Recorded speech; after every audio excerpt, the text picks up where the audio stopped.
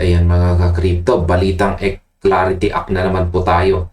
Sabi rito, Clarity Act update for XRP holders. What Trump must do before July 23. Yan, napakalapit na po niyan. July 23. Isa po itong napakainit na balitang muli sa Washington DC na direktang nakakaapekto sa buong crypto market at lalo na po sa atin bilang mga XRP holders. Habang naghihintay po tayo sa mga susunod na galaw ng regulation, isa pong formal na liham ang ipinadala ni Senator Elizabeth Warren kay Pangulong Donald Trump nitong July 16. Ang crypto analyst naman na si Diana, na kilala po sa X bilang Invest with D, ayan po siya, ay nagbahagi ng ulat na ito at ipinakita po niya kung paano kumikitid ang oras para sa pagbasa ng tinatawag nating Clarity Act.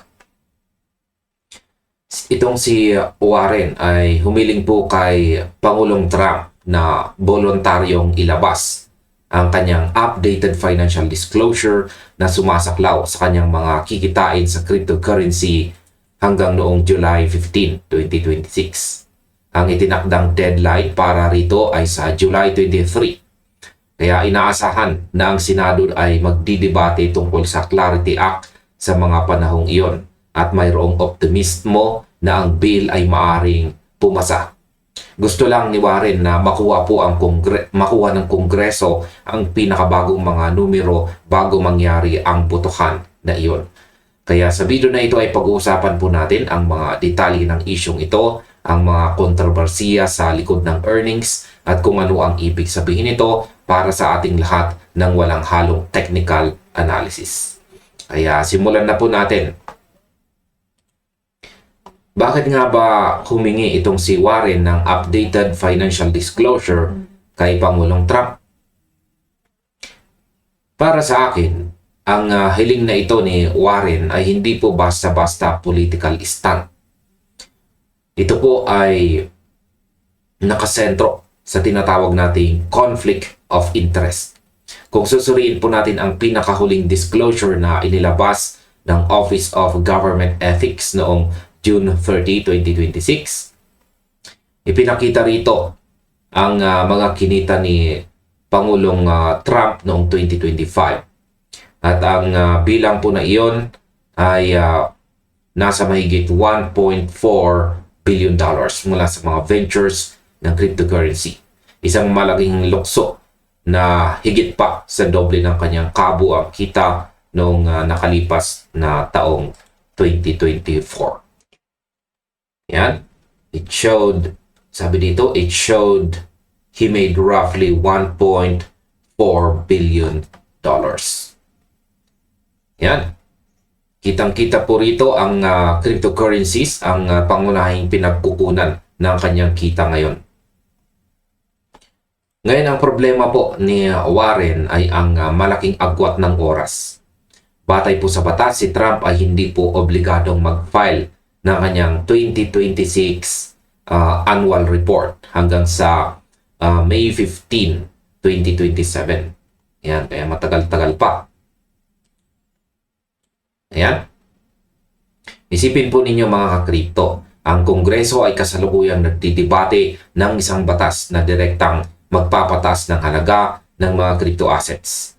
Habang ang pinakahuling opisyal na disclosure ay hindi man lang sumasalamin sa anumang pagbabago ng pananalapi or finance mula pa noong pagtatapos ng taong 2025. Kaya para sa akin, natural lamang ng questionin ito. Natural lamang po na questionin o tanungin ito ng mga kritiko dahil ang mga desisyon sa patakaran ay maaaring magkaroon ng direktang personal na epekto sa mga asset ng mga namumuno. Kaya sa tingin ko, ang transparency na ito ang hinihingi ng publiko bago po sila magdesisyon sa isang napakalaking batas. Ano naman ang nilalaman ng mga kanyang crypto holdings? Nang basahin ko ang mga detalye mula sa disclosure, talagang mapapaisip ka sa laki ng impluwensya ng pamilya sa industriyang ito. Lumalabas po na ang mga miyembro ng pamilya Trump ay may hawak na 30% ownership stake sa DT Marks. Yan, sa DT Marks DeFi LLC. Isa po itong crypto venture kung saan ang mga assets ay kinabibilangan ng Coinbase accounts na nagkakahalaga po ng $100 million. Pati na rin ang 38.25% ownership interest sa WLF Holdco LLC. Ang DT Marks DeFi LLC pa lamang ay kumita na ng mahigit $590 million noong taong 2025.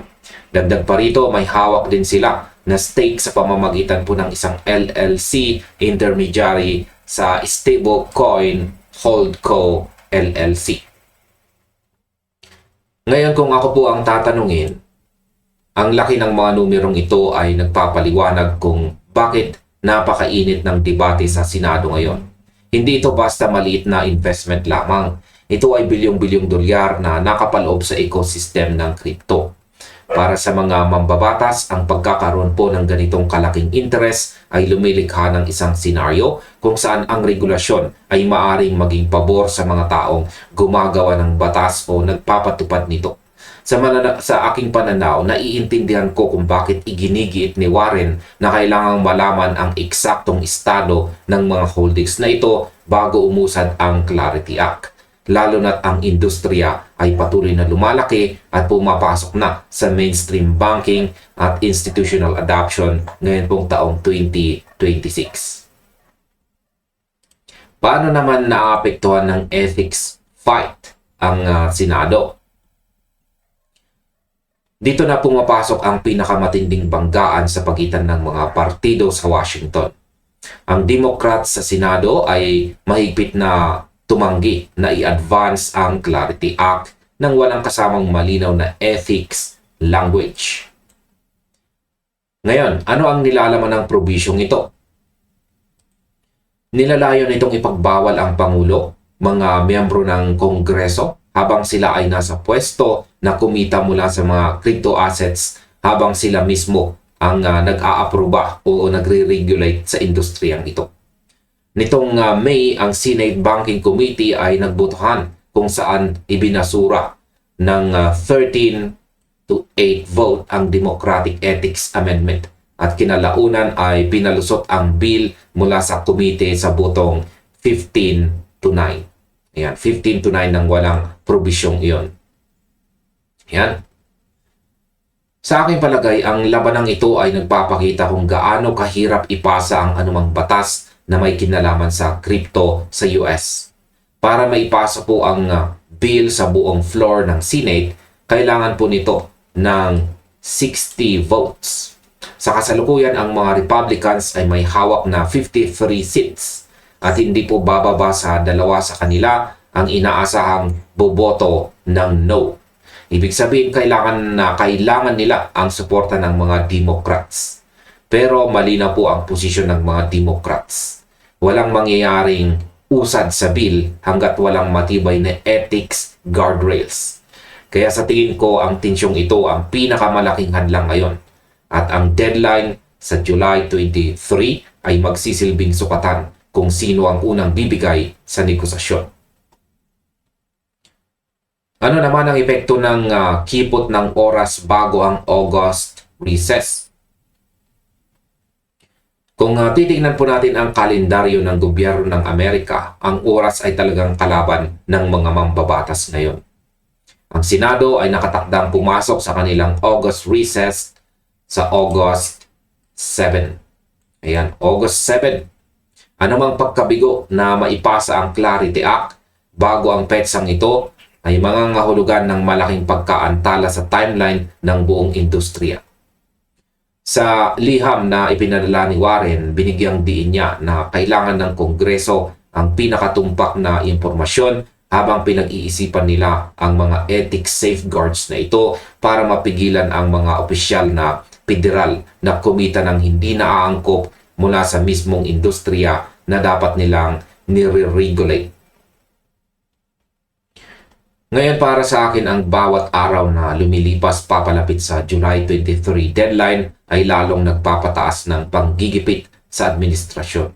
Kung hindi mailalabas ang updated financial disclosure, asahan natin na mas titindi pa ang pagharang ng opposition bloc sa Senado. Kaya bilang mga nagmamatsak sa market, mahalagang maintindihan po natin ang mga ganitong balita, mga ganitong balitang pampolitika, dahil ang direksyon ng mga regulasyon ay nakasalalay sa mga kompromisong ginagawa ngayon sa Capitol Hill. Kaya ang mga susunod na araw ay magiging kritikal para sa kinabukasan ng batas na ito. At hanggang dito na lamang po tayo sa video na ito mga ka-crypto. Maraming salamat sa inyong panonood. Maaaring panoorin na rin po ninyo sunod ang recommended video natin dito.